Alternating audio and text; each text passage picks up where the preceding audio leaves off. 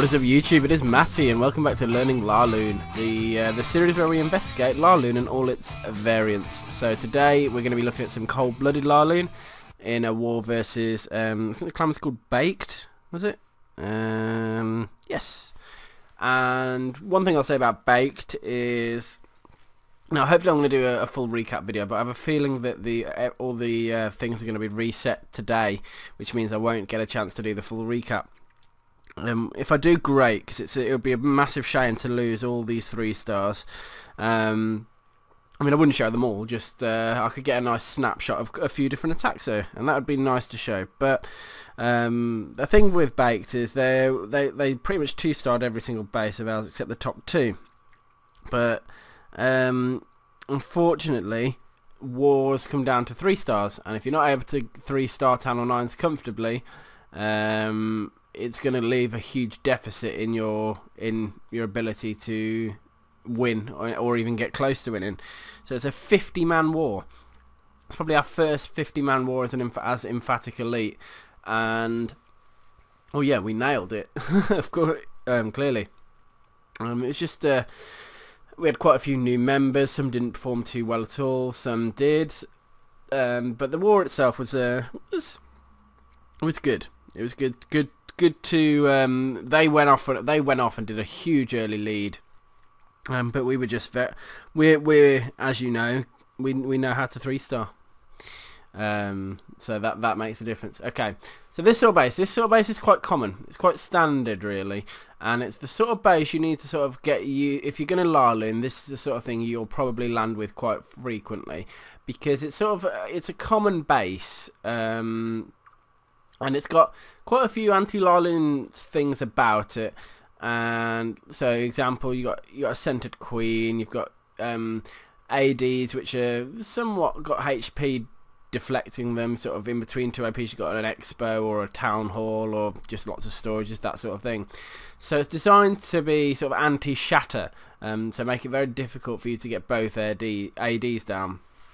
And the air defenses do a good coverage. So it's, I don't know, it's a little, this sort of base, you've just got to build a good plan, and if in doubt of the shatter, just go for the cold blood, and I think that's what Zim did on this attack, and we'll watch the attack and have a look how he did it. But it is an anti 3-star base, so hold on. Excuse me. So with with cold blooded, he's using a jump spell to get into the right compartment, to get the queen and to get the air defense, and he's using a lightning spell to take down the CC. So 2 spells gone, which means he's going to be left with 3 ADs, an expo, and 2 rage spells. Well, yeah, to take down with 2 rage spells to do it.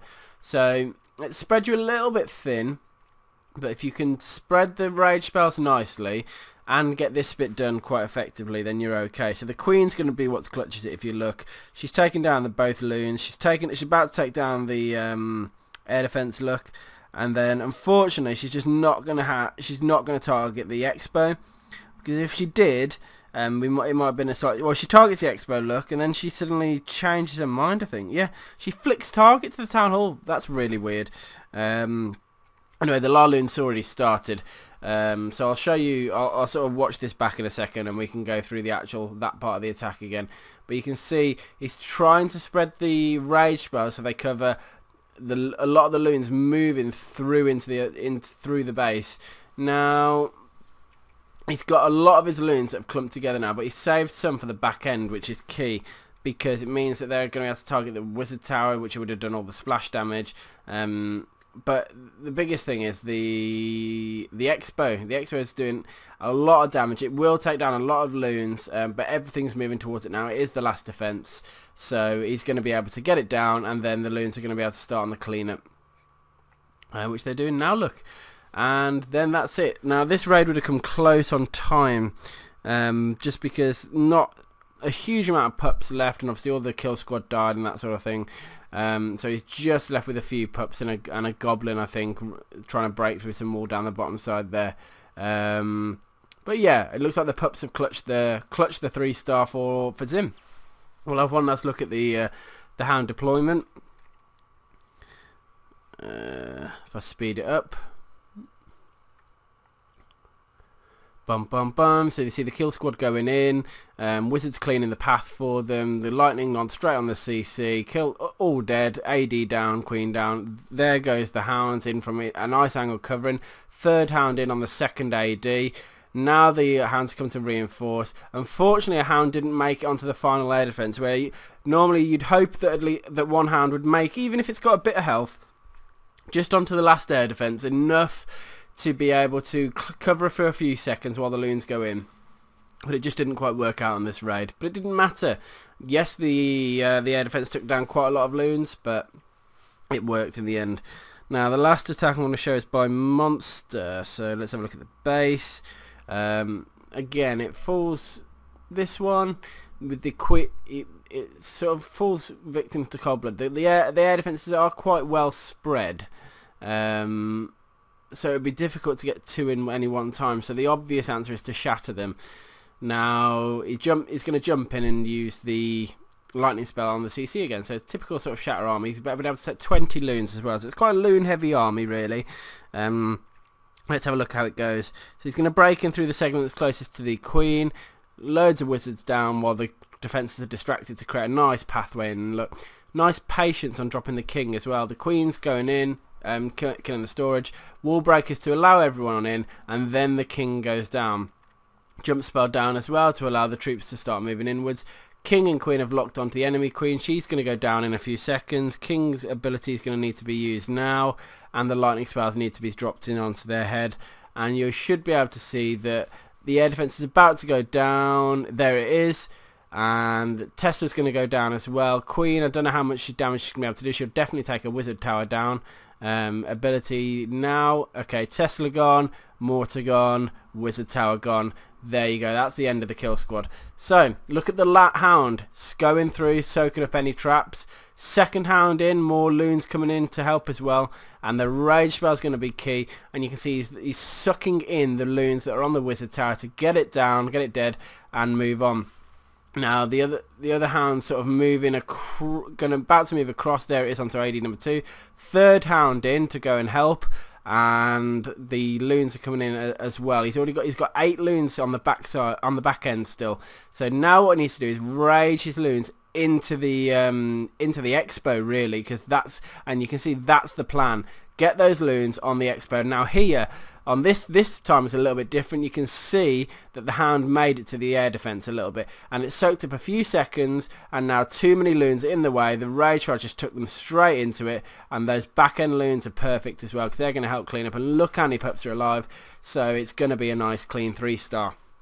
So you can see the rage spells, they're not really to get your loons onto an air defense, they're to help your loons move between defenses, and particularly high HP defenses. So if you can get your rage and loons onto an expo from an air defense, it's going to make it, that's where you want to sort of going to want to do it. So have a look again at the video and have a look at how Monster played it.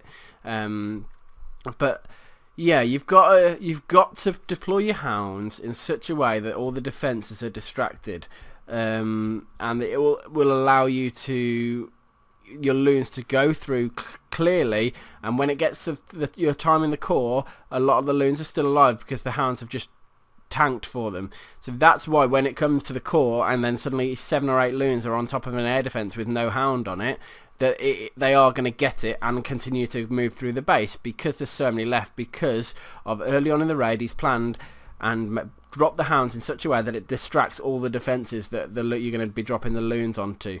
So that's the idea. You've seen it again, Monster wrecking a base, and these are very high up town hall 9s in the war, and I think it was the highest and then the second highest. And Zim, where does he sit on our war map? Had a lot of a shake around of the clan since this. So Zim's number 27 and attack number 15. So it just goes to show, you don't need to have crazy hero levels or or crazy wall levels of that. So the strategy will work either way. You just need to get it right in your head. Figure out what your troops are capable of in terms of heroes. Is Cold Blood gonna work? Do I need to shatter this base? Whichever. And once you've got that bit down, plan the LaLoon bit carefully. Anyway, hope you've enjoyed this video, guys. As always, let me know your thoughts. Let me know if you've got anything to say. Throw it in the comment section. Subscribe to my channel if you haven't already. And shout about clashing with Matty. Why not? Peace.